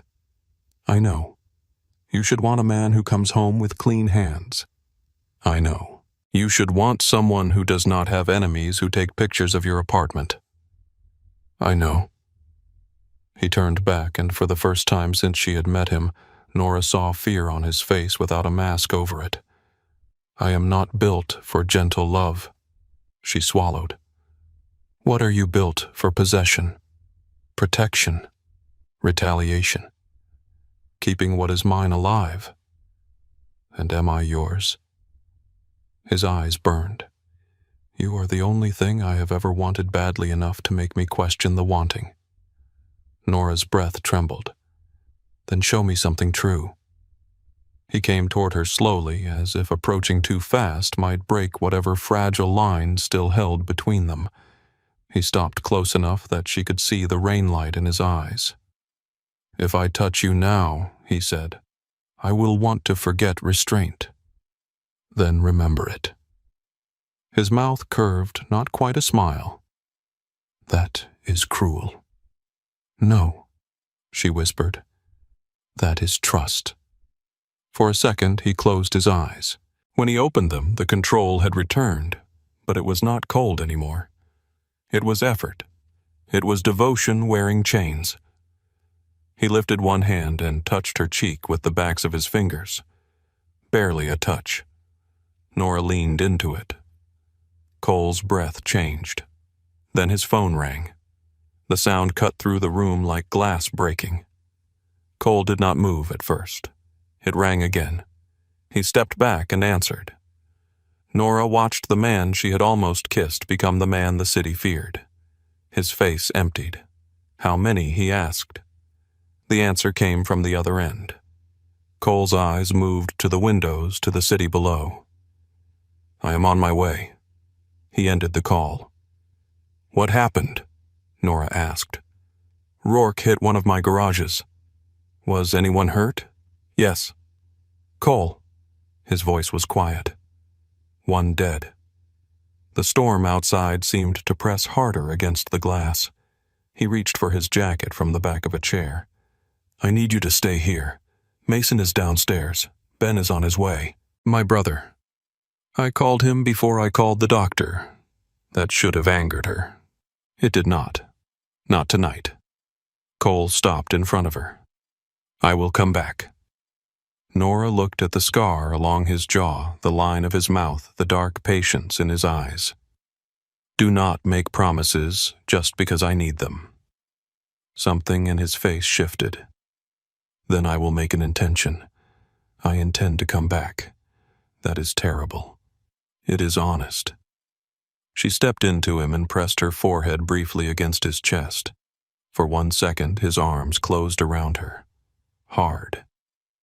Then he let go and left. The explosion came the next afternoon. Nora was in Cole's office pretending to work when the windows shuttered. A deep sound rolled through the city, low and violent. Car alarms screamed below. Somewhere in the penthouse, a security system began to pulse with a soft, urgent tone. Her phone rang immediately. "Cole, go to the safe room," he said. "Are you hurt? Go now. Answer me." "Nora, move." His voice had changed. It was command now, stripped of courtship, stripped of apology. She moved. The safe room was behind a panel in Cole's bedroom. He had shown her the night she arrived, his face carefully neutral as he explained the code, the supplies, the cameras, the reinforced door. She had listened while pretending she would never need it. Now her fingers shook so hard she entered the wrong code once. The door opened on the second try. Inside the room was small, lit by soft, recessed lights. Shelves held water, food, medical supplies, cash radios, sealed documents, and one black handgun in a locked case. Monitors showed the hallway, elevator, lobby, and garage. Nora closed the door. The lock engaged with a heavy click. "Cole," she said into the phone. "I am here. What happened? One of my facilities near the river. Was it Rourke?" "Yes. Are you hurt?" A pause. "No." She did not believe him. "Cole, stay in the room. Open only for me. Mason or Ben. No one else." The background on his end was chaos. Voices, an engine, a sharp sound that might have been a shout. "I hate this," she whispered. "I know. I hate not knowing." "I know." His voice softened for one breath. "Listen to me. You are safe." Nora looked at the monitors. Empty hallways, closed doors, silent elevator. Safe felt like another word for trapped. "I do not want to be safe without you." Cole said nothing. Then very quietly, "I will come for you." The line went dead. 6 hours passed inside that room. Nora learned the shape of helplessness in minutes and lived inside it for hours. She watched empty screens until her eyes burned. She drank water she did not want. She sat on the floor, then stood, then sat again. She picked up the radio twice and put it down both times. No one came. The city outside existed only as muffled vibration and distant sirens. At some point, she opened the cabinet with the handgun. The case was locked. She stared at it, then closed the cabinet again. She did not want to become brave because the world had become cruel. She wanted to be back in her apartment worrying about invoices and bad typography. When the door finally opened, it was Ben. Nora's heart dropped so hard she almost could not stand. Ben lifted both hands. "He is alive." She pressed one hand to the wall. "Where's Safe House? He sent me." "Why didn't he come?" Ben's face shifted. He needed stitches. The safe house was near Lake Pontchartrain, hidden behind a row of quiet homes with manicured lawns and dark windows. Mason drove. Ben sat beside Nora in the back seat, one hand near his jacket, eyes never still. Nora did not ask questions. She was afraid the answers would make her scream.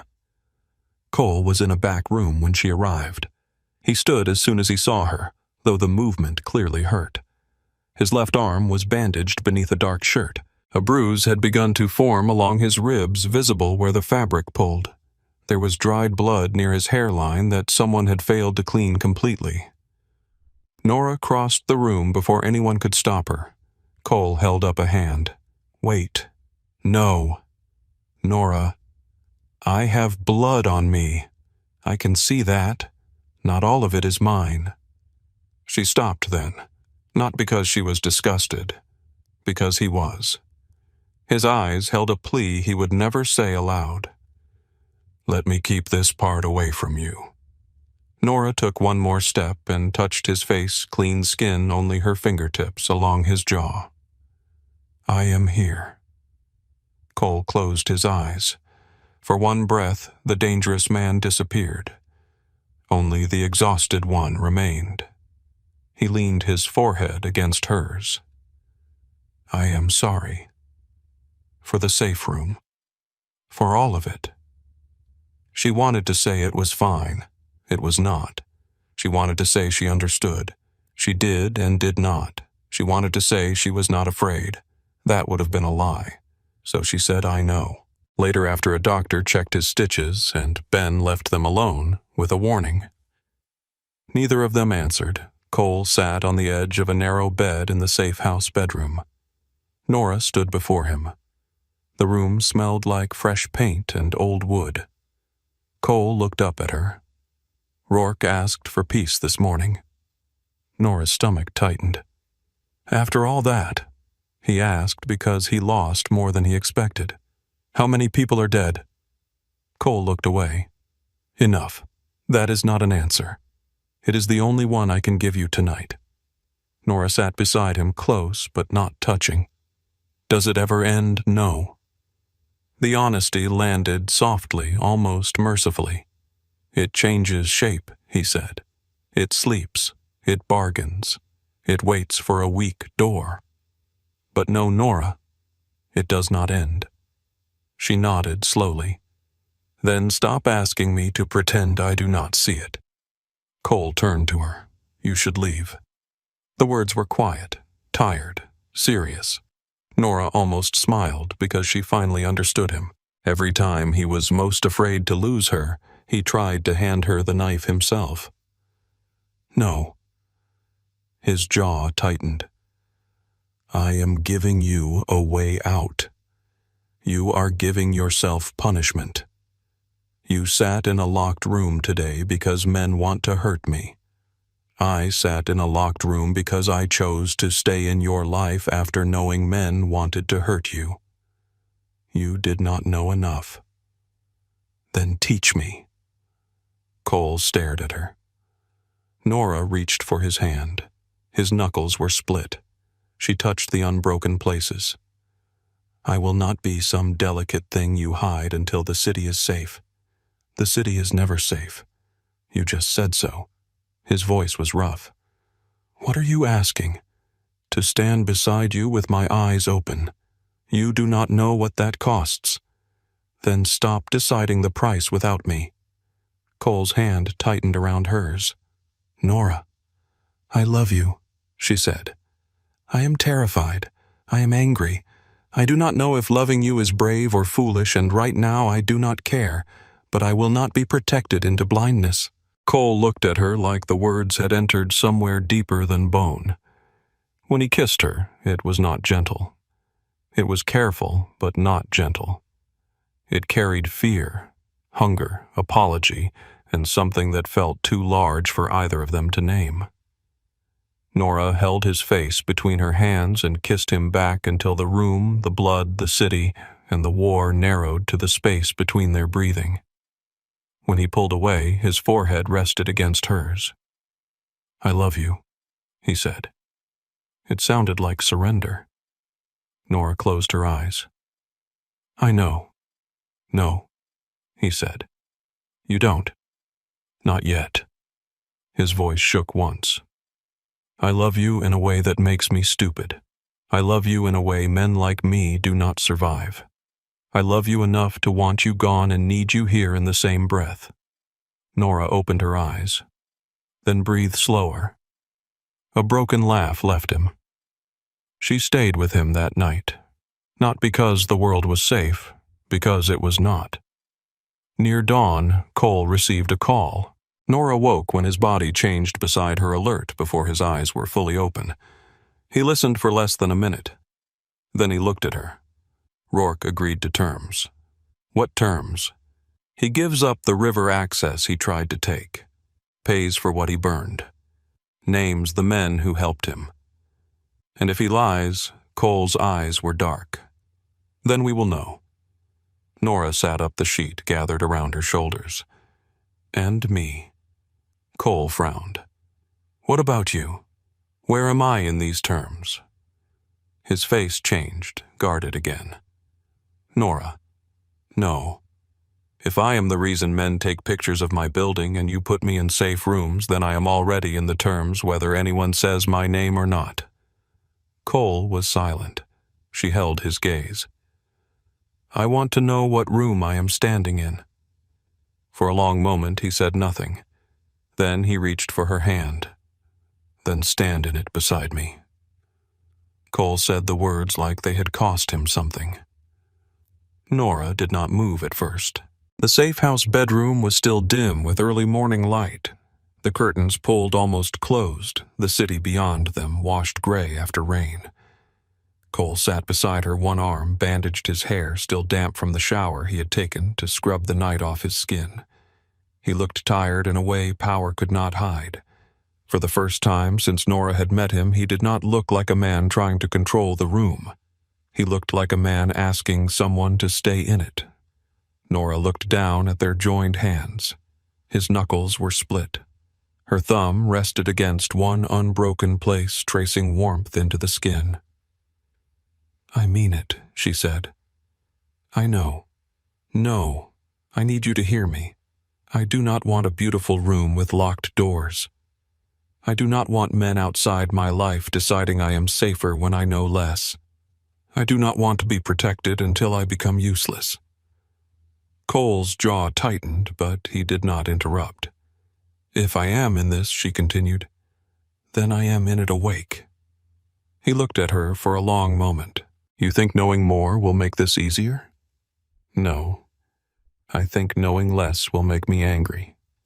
A faint breath left him, almost a laugh, almost pain. That sounds like you. It is me. His gaze softened, then darkened again with thought. There are parts of my world I do not want inside your head. They are already inside my life. The truth sat between them hard and clean. Cole looked toward the window where rainwater trembled on the glass. He seemed to be measuring something she could not see. A cost, a risk, a future with too many doors. When he looked back at her, his face had settled into the calm that frightened other men. All right, Nora blinked. All right, yes. You are agreeing I am trying not to make the same mistake twice.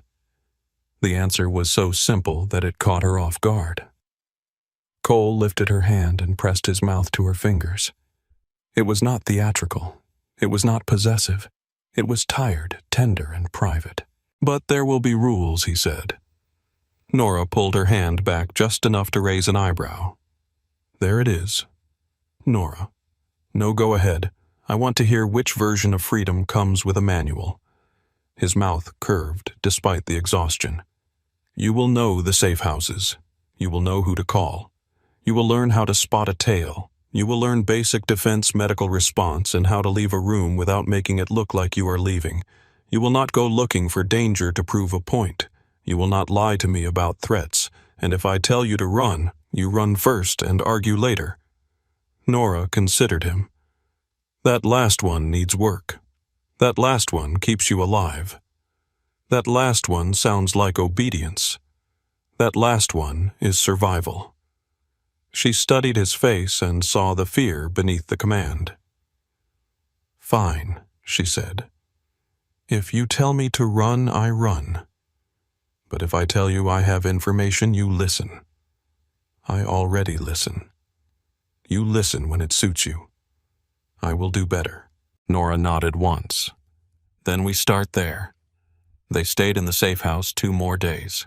Cole spent most of that time behind closed doors with Mason Ben, and men Nora recognized only by their careful silence. The Rourke crew had accepted terms, but accepting was not the same as surrendering. Money moved. Names were traded. Men disappeared from corners they had once owned. The city seemed calmer on the surface, but Nora had grown up around enough power to know peace often wore borrowed clothes. On the 3rd evening, Cole brought her back to the penthouse. It felt different when she stepped inside. Not warmer, not safer, but less like she had been placed there. Her sketchbook still sat on the office desk. Her coat still hung beside his. Her coffee mug, the chipped white one Mason had quietly retrieved from her apartment, rested on the kitchen counter as if it had always belonged there. Cole noticed where she looked. "I had them bring only what you asked for." Nora touched the mug. "Thank you." He stood a few feet away, his hands in his pockets like he was afraid touching her would turn gratitude into another kind of claim. "I can take you to your apartment tomorrow," he said, "if you want to stay there." Nora turned the mug slowly in her hands. "Do you want me to?" "No." The answer was immediate. She looked at him. "But you would let me?" His face tightened with effort. "Yes." Nora set the mug down. "I want to stay here tonight." Something passed through his eyes. Relief quickly buried. "Tonight," he repeated. She nodded. "Tonight." The proposal came 2 weeks later in the kitchen at 2 o'clock in the morning. It was not planned. At least it did not feel planned.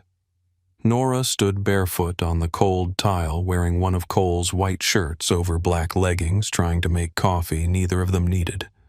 Cole sat at the island sleeves rolled up a stack of reports ignored in front of him.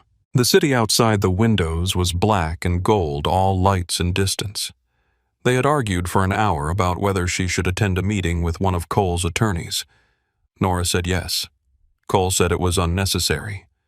Nora said unnecessary was not the same as forbidden. Cole said nothing good came from standing too close to legal trouble. Nora told him she had been standing next to legal trouble since the night he walked into Grace's wedding. That had ended the argument. Now they were quiet. The coffee machine hissed. Cole watched her like she was a question he was tired of pretending not to know the answer to. "Marry me," he said. Nora froze with her hand on the coffee pot. She turned slowly. "What? Marry me." He did not get down on one knee. He did not reach for a ring. He did not soften the words with ceremony. He looked almost angry that they had escaped him. Nora stared at him. That sounded more like a confession than a proposal. "It is both." Her heart began to move too fast. "Cole, I know it is not the kind of proposal you deserve. You do not know what I deserve. I know it is more than this." He stood but did not come closer. "That is the problem. I keep waiting for a clean moment. There are no clean moments in my life, only true ones, and this is true." The city lights flickered against the glass. Nora's voice came out quieter than she intended. "Why now?"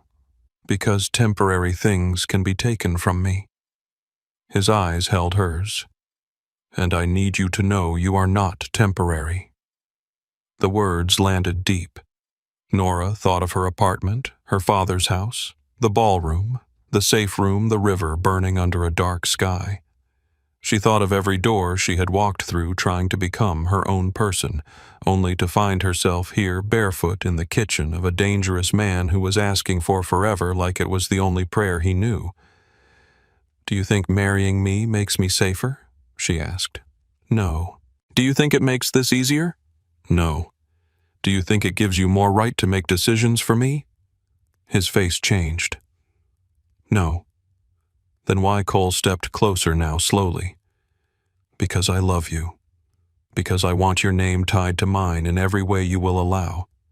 Because when rooms go silent, I want them to know you are not standing near me by accident. Because if the world is going to come for what I love, I want it to understand exactly what it is touching." Nora should have been frightened by that. Part of her was.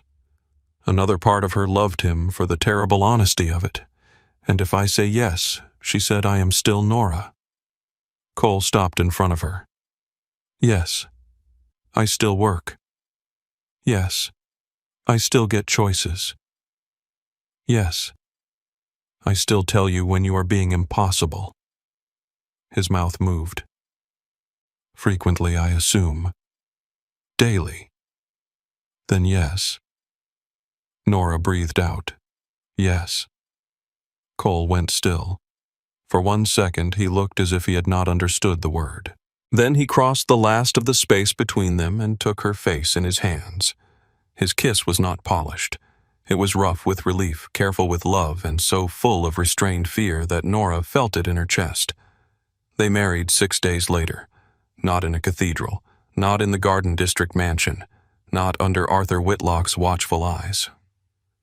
A judge came to a private room above a restaurant that had no sign and no public entrance. Ben stood beside Nora wearing a dark suit and an expression that kept shifting between grief and pride. Mason stood near the door. 2 of Cole's oldest men waited in the hall.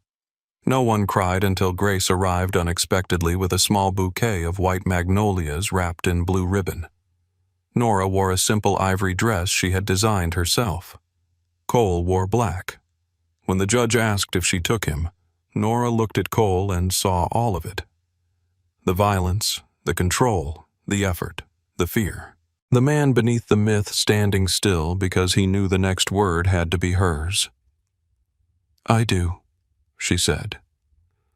Cole's voice when he answered was low and steady. "I do."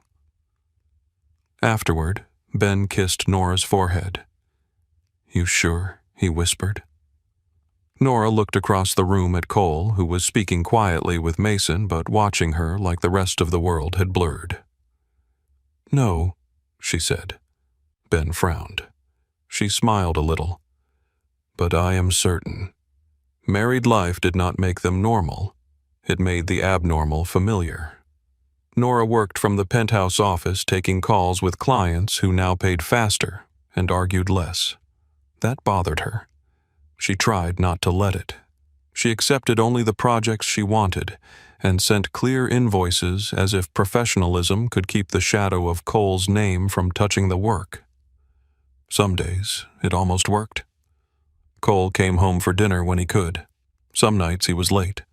Some nights he did not come home at all. Nora learned the difference between the silence of business and the silence of blood by the way Mason answered his phone.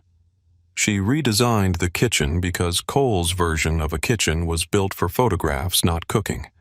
She moved the spices where human beings could reach them. She replaced cold art with pieces from local painters. She placed herbs in the windows. She put one bright yellow chair in the corner of the living room just to see if Cole would object. He stared at it for a full minute. Then he said, "That chair is aggressive. It has character. It has a vendetta. You are keeping it." "Yes," he said, and kissed her temple as he passed. For a while, happiness arrived in strange forms. Cole reading reports while Nora sketched beside him. Coffee on the terrace before sunrise. His hand finding hers under the table during meetings when someone said something that made her pulse rise. Nora waking in the night to find him beside the windows, phone in hand, and not asking questions because some answers belonged to the dark. Then Maya Keller disappeared. 16 years old, brown eyes, honor student, daughter of a Rourke lieutenant who had accepted Cole's terms after the River War. Her school photo filled the local news for 3 days. Nora saw it while making coffee. The girl smiled with braces and a nervous tilt of the head, like someone still unsure what to do with her own face. Cole came home that evening with his coat still wet from rain. Nora turned from the television. "You know her. I know her father. Rourke. Former Rourke." "What happened?" Cole removed his coat slowly. "Someone took her to make a point." Nora looked back at the screen. Maya's mother stood in front of cameras crying into a tissue while a detective asked for information. "What point?" "That my protection does not mean what I say it means." The next morning, Maya was found alive, drugged, terrified, wrapped in a blanket in the corner of a Maddox warehouse that Nora had been planning to convert into a design studio and community workspace. By noon, police had enough to bring Cole in. By 1, every news station in the city was saying his name. Nora was in the penthouse office when Ben arrived without calling first. His face told her before his mouth did. "Where is he, Central Station? Arrested voluntarily, present with counsel." Ben. "Yes." "Arrested." Nora grabbed her coat. Ben stepped in front of her. "Nora, listen to me. This is a trap. I know. They want you visible. They want you emotional. They want him making mistakes because you are in the room. Then I will not be emotional." Ben stared at her. "You are shaking." She looked down at her hands. They were steady. "No," she said. "I am not."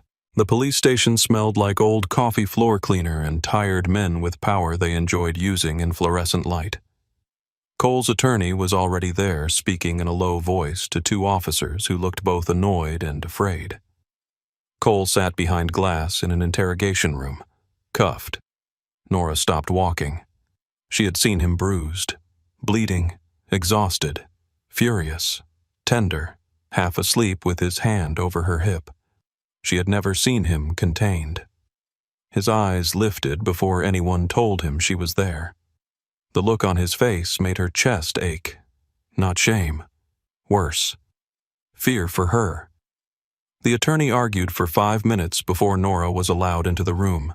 A detective stayed near the wall. Cole's hands rested on the table cuffs bright against his wrists. "You should not be here," he said. Nora sat across from him. "I am your wife. That is why you should not be here. No. That is why I am the person you cannot keep outside the room anymore." His jaw flexed. "Nora, I have records." His expression shifted. "What records?" "The warehouse renovation schedule. Contractor invoices. Delivery logs. Security camera access requests. Maya could not have been held there during the timeline they are claiming." The detective near the wall straightened. Cole did not look away from Nora. "How do you know?" "Because I was there. Every day that week." "Nora, I was measuring the loading bay, arguing with electricians, choosing flooring, and trying to convince a contractor named Luis that exposed brick does not need to be painted white. There are people who saw me. There are timestamps. There are files." Cole's eyes sharpened. The footage was altered. "Yes." "How do you know?" Nora leaned forward. "Because whoever edited the access logs changed the dates but forgot the file creation times. And because the fake delivery company on the security still uses a logo with a font from a template pack I used 5 years ago. I know lazy design when I see it." For the first time all day, something like pride moved through Cole's face. The detective cleared his throat. "You have these records?" Nora turned to him. "My attorney will provide them." Cole's mouth twitched. "Your attorney?" She looked back at him. "I learned fast. It took 3 days. 3 days of lawyers' statements, security footage, whispered calls, and news vans outside buildings where nobody answered questions. Maya Keller's medical report contradicted the first timeline. Contractors confirmed Nora's presence. Metadata exposed the altered logs. The fake delivery company traced back through 2 shell accounts to a man tied to Eli Rourke. The case against Cole collapsed quietly because powerful institutions hated being embarrassed loudly. When he was released, cameras waited outside. Cole walked past them with Nora at his side. A reporter shouted, "Mr. Maddox, did you kidnap Maya Keller?" Cole did not look over. Nora did. "No," she said clearly. "And the people who used that girl to tell a lie should be more ashamed than afraid." Cole's hand found hers. This time, in front of everyone, Nora held on. They did not go home. Cole took her to a safe house near the lake, a different one this time. Smaller, older, with blue shutters and a porch that creaked under their feet. Mason stayed outside. Ben drove away after making Nora promise to call him in the morning. Inside, Cole removed his jacket and stood in the middle of the living room like he had forgotten what a body was supposed to do after surviving. Then he sat down. His hands began to shake. Nora crossed the room and knelt in front of him. Cole. He looked at her, and the control was gone. They used you, he said. They tried. They put your name in reports, your face on cameras, your work in evidence. They dragged you into it. I walked in. Because of me. Because I chose to. His voice broke low. My love for you is a liability I cannot afford. Nora went still. There it was. The fear that had been living beneath every decision, every locked room, every hand at her back, every attempt to push her toward the door before someone else could drag her through it. No, she said. Cole's eyes hardened. You need to leave. No, I mean it. So do I. Nora. They will keep doing this. If they cannot reach me, they will reach for you. If they cannot touch you, they will threaten to. If they cannot threaten you, they will use the idea of you until I make a mistake. Yes. He stared at her. Yes. Yes. That is true. Pain crossed his face. Then how can you sit there and refuse? Because the solution is not to remove me from your life like I am a loose wire. That is not what you are. No, I am your wife. And right now you are treating me like a wound you can cut off to save the body. Cole closed his eyes. Nora stood. I am done being the fragile thing behind glass. His eyes opened. What are you saying? I am saying you were right about one thing. I do not know enough. So teach me. Have Ben teach me. Have Mason teach me. I want routes, names, protocols, exits, emergency contacts. I want to know how to spot when I am being followed. I want to know how to defend myself long enough to get out of a room. I want to know what not to say to police, what to say to lawyers, where to go if your world catches fire again.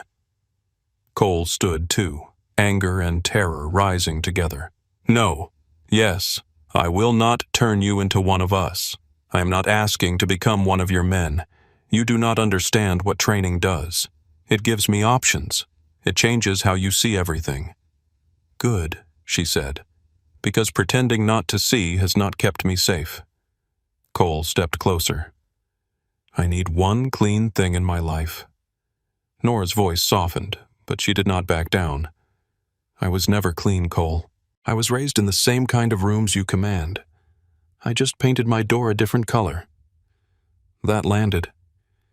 He looked at her as if he was seeing not the woman he wanted to protect, but the girl who had survived Arthur Whitlock long before Cole Maddox ever looked across a ballroom.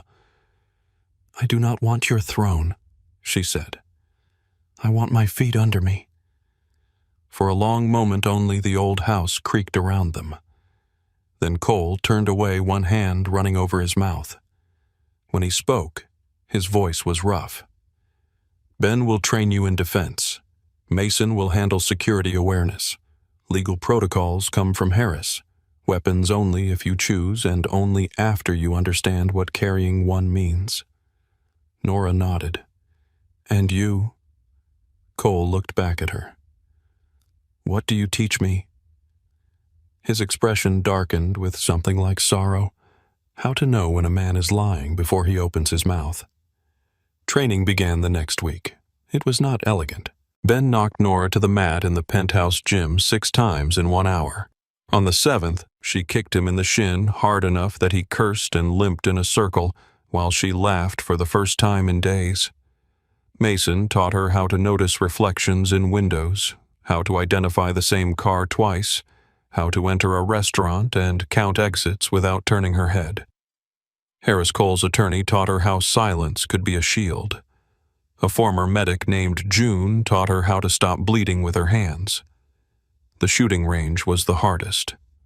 Nora hated the sound, hated the weight of the gun, hated how simple it looked compared to what it could do. Cole stood behind her but did not touch her. You do not have to like it, he said. I don't. Good. She looked over her shoulder. good. If you liked it, I would worry. Slowly, the world changed shape. Not safer, clearer. Nora learned the names of men who guarded doors. She learned which elevators could be shut down remotely. She learned that fear became different when it had instructions.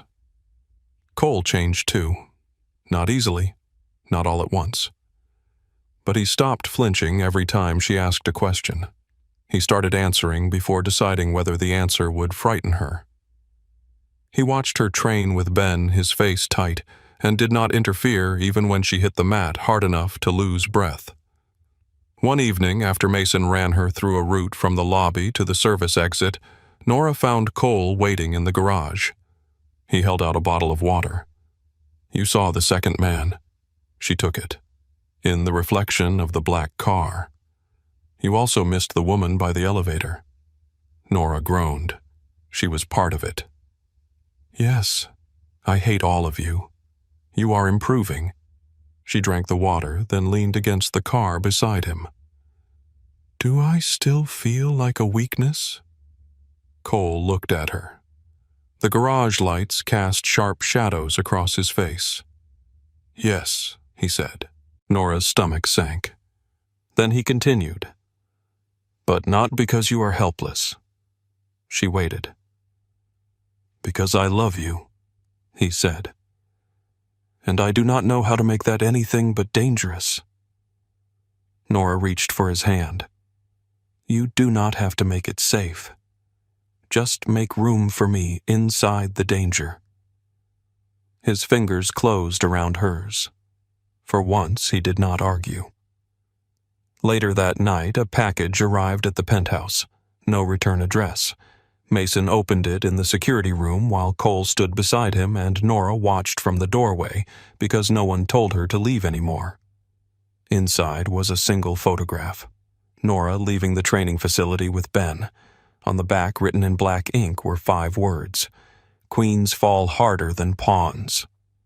Cole's face went empty. The room chilled. Mason swore under his breath. Ben reached for the photo, but Nora took it first. Her pulse beat steadily in her ears. She looked at her own image, then past it. The corner of a wall, a painted blue heron, a broken street lamp, a mural she had seen before on an old flood control building near the river. Cole noticed her stillness. "Nora." She lifted her eyes. "He was closer than your men thought." Cole held out his hand for the photograph. This time she did not give it to him. She turned it toward the light and studied the background again. The fear was there. So was the anger. But beneath both, something steadier had taken root. "This was taken near Chupatulas," she said. "By the old pump station." No one spoke. Nora looked at Cole. The room had gone silent again. This time Nora understood the silence. It was not confusion. It was not shock. It was the sound powerful men made when the person they had underestimated saw something they missed. Cole stood across from her in the security room, his face emptied of expression, but Nora knew him now. She could read the tension at the corner of his mouth, the stillness in his shoulders, the way his eyes moved from the photograph to her face as if deciding whether to protect her from the answer or trust her with it. Nora held the photograph under the light. The image showed her leaving the training facility beside Ben. Her hair was tied back. Her coat was open. Her hand was reaching for the car door. Behind her, blurred but visible, was a wall painted with a blue heron rising out of floodwater. "I know that mural," she said. "It is near the old pump station by the river." Mason leaned closer. "That building has been empty for years." "No," Nora said. "It looks empty." Ben looked at Cole. Rourke could be using it. Cole did not answer right away. His eyes stayed on Nora. "You are sure?" Nora looked at the photograph again. Fear moved through her, but it did not take her voice. "I am sure." Cole held out his hand. This time she gave him the photograph. He studied it, then looked at Mason. "Pull street cameras within 6 blocks. Traffic, private security, anything facing that road." I want names, cars, and movement by sunrise." Mason nodded and left. Ben stayed where he was, watching Nora with an expression she had seen only a few times in her life. Pride mixed with dread. "You did good," he said. "I looked at a picture. You looked better than we did." Cole crossed the room slowly. Nora expected him to tell her to stay behind. She expected the old instinct to rise in him sharp and immediate. Instead, he stopped in front of her. "You are not coming to the pump station." Nora tilted her head. That sounded almost like a question. It was not. "Then answer mine. Am I part of this or not?" His jaw tightened. "You are part of this. You are not walking into a building where Eli Rourke may be waiting with armed men. I did not ask to walk in." "Good. I can help from here." Cole's expression shifted. She let the words settle, then continued. "I know the building layout. I did research for a community art project there last year. The old service tunnel floods during heavy rain. The east stairwell is blocked. The roof access door sticks. If he is using that building, he has 2 clean exits and 1 desperate one." Ben stared at her. "Why do you know that?" "Because some of us had legal hobbies before all this." Cole almost smiled. Almost. Then he reached for the tablet on the table and slid it toward her. "Show me." Nora worked with Mason until dawn. Maps spread across the security table. Camera feeds flickered on the wall. Men came and went, speaking in low voices, bringing coffee. No one drank. Cole stood beside Nora more often than not, close enough that his sleeve brushed hers when she pointed at the screen. He did not interrupt. That was how she knew he was trying. By morning, they had enough. 3 vehicles had entered the old pump station service road in the past 48 hours. One belonged to a shell company connected to Rourke. Another had plates stolen from a church van in Baton Rouge. The third had no plates at all. Cole called a meeting. Nora stood at the edge of the room while his men gathered. No one asked why she was there. No one looked at her like furniture or decoration. Some looked uneasy. Some looked curious. One older man named Victor watched her as if deciding whether a queen on the board made the game more dangerous or less. Cole placed the photograph on the table. "Eli Rourke thinks this is a threat," he said. His voice was calm, controlled, the voice that once made a ballroom forget how to breathe. "It is not. It is a mistake." He showed us where he was, close enough to see us and close enough to be found. Mason went through the approach plan. Ben covered the exits. Nora corrected the map twice, both times quietly, both times accurately. By the end, no one questioned her. Cole did not praise her in front of them. He only looked at her once. That was enough. The operation began after midnight. Nora did not go to the pump station. She stayed in the penthouse security room with Mason's second team, watching feeds, listening through comms. Her hands folded so tightly in her lap that her nails pressed half moons into her palms. Outside, New Orleans was dark and wet. Rain slid down the glass walls of the penthouse. The river moved below, black and wide, carrying reflected lights like broken gold. Cole's voice came through the speaker. "North entrance clear." Ben followed. East side blocked, just like she said. Nora closed her eyes for 1 second, then opened them. On the monitor, shadows moved through a grainy camera feed. Cole's men entered the pump station in silence. Then gunfire cracked through the audio. Nora flinched, but did not look away. Mason's second in command reached toward the speaker controls. "Leave it," Nora said. The man hesitated. She looked at him. "Leave it." He did. The fight lasted less than 4 minutes. That was what shocked her most. All the fear, all the waiting, all the blood running beneath the city like a second river, and when violence finally came, it moved fast. Men shouted, glass broke, someone cursed. Then silence rushed back in. Cole's voice returned. "Rourke is here." Nora stood. On the screen, the camera changed to a body feed. The image shook, then steadied. Eli Rourke knelt on the concrete floor of the pump station, blood at his mouth, his hands bound behind him. He was younger than Nora expected, handsome in a polished, poisonous way. His smile remained even with a gun near his head. Cole stood before him. "You took a picture of my wife," Cole said. Eli laughed softly. "I wanted to see if the rumors were true. And she made you slower." Cole did not move. "She made you readable," Eli continued. "Before her, no one knew where to cut. Now every man in the city knows your heart walks around in a black coat and thinks she is brave." Nora's breath caught. Cole's hand flexed at his side. Mason, standing near Nora, went still. Through the speaker, Eli's voice lowered. "You should have kept her hidden. Better yet, you should have never loved her. Men like us do not get to love. We get to own things until someone burns them." Cole stepped closer. The room around Nora seemed to tighten. She knew that posture. She knew the terrible quiet in him. Old Cole would end this here. He would answer insult with blood and call it justice because no one alive would dare correct him. Nora pressed the calm button. "Cole." His head turned slightly. Nobody else spoke. "Not now," he said. "Yes," Nora answered.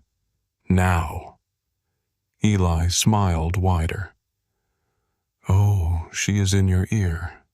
That is sweet." Cole's eyes stayed on him, but his voice came through the line.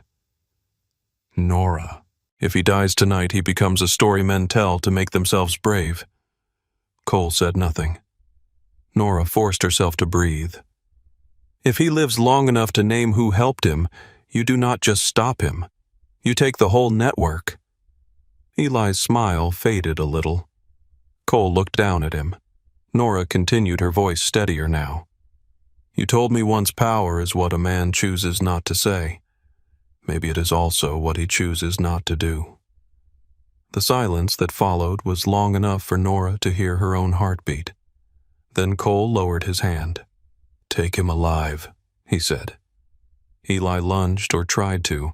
Ben struck him hard enough to drop him to the floor. Cole did not move. By sunrise, Eli Rourke was in federal custody through channels Nora did not ask about. Names began to fall with him. Shell companies, paid officers, 2 judges, a dock supervisor, men who had smiled at charity events and signed death into motion from polished desks. The city did not become clean. Cities never did. But the war ended. Not with fire, not with a body in the river, with evidence, pressure, fear, and restraint sharp enough to cut deeper than revenge. When Cole returned to the penthouse, Nora was still in the security room. He stood in the doorway, coat-wet face pale with exhaustion. For a moment, neither of them spoke. Then Nora crossed the room. Cole opened his arms. She stepped into them and felt his breath leave him as if he had been holding it all night. "You listened?" she whispered. His hand moved into her hair. "I almost did not." "But you did." He pressed his mouth to the top of her head. "You were right." Nora closed her eyes. "I like hearing that. I assumed you would." She laughed against his chest, and the sound broke something open in both of them. Peace came carefully after that. Cole's world did not turn gentle. Men still came to the penthouse with guarded faces. Calls still pulled him from bed. Nora still woke some nights to find him by the windows watching the city like it might betray him if he blinked. But something had changed. He asked her what she saw. Not always, not perfectly, but enough. Nora kept designing. Her business grew partly because her work was good, and partly because everyone knew her name now. She hated that second part, so she worked harder to make the first part undeniable. She opened the warehouse studio, after all, not as a monument to Cole's power, but as a place for local artists, small businesses, and kids who needed somewhere to make beautiful things before the world taught them to be afraid. Cole pretended the bright murals on the walls were excessive. He funded the entire security system. 3 months later, Nora found out she was pregnant. She stood alone in the bathroom, holding the test in both hands while the morning light turned the marble floor pale gold. For a moment, she was not Cole Maddox's wife, not Arthur Whitlock's daughter, not the woman men had tried to use as leverage. She was simply Nora, and the future had become small enough to hold. Cole found her sitting on the edge of the bathtub. His expression changed at once. "What is wrong?" She looked up. Nothing. He knelt in front of her. "Nora." She handed him the test. Cole stared at it. The most feared man in New Orleans went utterly still. Then his eyes lifted to hers. "I do not know whether to be happy or terrified. First," he said. Nora's throat tightened. "You can be both." His hand moved to her stomach, hovering before he touched. "May I?" She nodded. He placed his palm there with a gentleness that hurt. "How do I keep a child safe in this life?" he whispered. Nora covered his hand with hers. "We do not raise him only in this life." Cole looked at her. "We give him choices," she said. "The kind I had to fight for. The kind you were never taught you deserved." His eyes darkened. "What if the world does not allow that? Then we make the world negotiate." A broken smile touched his mouth. "That sounds like my wife. Their son was born 8 months later during a thunderstorm. They named him Samuel." Cole held him like the child was made of breath and glass. Nora watched from the hospital bed, exhausted and aching, as her husband stared down at their son with a kind of wonder that stripped every weapon from his face. "He is so small," Cole said. "He is a baby. He looks angry. He is your son." Cole looked at her, and for once there was no darkness in his smile. Weeks later, Nora woke in the middle of the night and found Cole standing beside the crib. The penthouse was quiet. The city glowed beyond the windows. Samuel slept on his back, one tiny fist lifted beside his cheek. Cole thought no one was watching. His voice was barely more than a whisper. "People will tell you what your name means before you are old enough to spell it. They will tell you what doors it opens. They will tell you what shadows come with it." Nora stood in the doorway silent. Cole touched the edge of the crib. "But you do not belong to the shadows. You do not belong to me either. You get to choose. Do you hear me, little man? You get to choose." Nora felt tears rise and did not wipe them away. Years later, they attended a charity event in the Garden District. Different house, same kind of chandeliers, same polished smiles, same old city pretending not to know the cost of its own comfort. Cole entered with Nora beside him and Samuel holding her hand. The room went silent. Samuel looked up. Why did everyone stop talking? Nora glanced at Cole.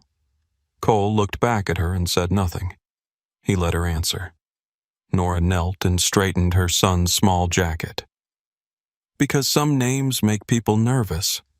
Samuel frowned. "Does mine?" Nora smiled. "Only if you let other people decide what it means." Cole took her hand as she stood. The room was still watching. Once that silence had felt like a warning. Now Nora heard everything inside it. Fear, respect, memory, the echo of every choice that had brought her here. Cole's thumb moved gently over her wedding ring. He was still dangerous. The city was still dark. But their son stood between them bright-eyed and unafraid, and Nora understood that love had not saved them from the shadows. It had taught them where to place the light.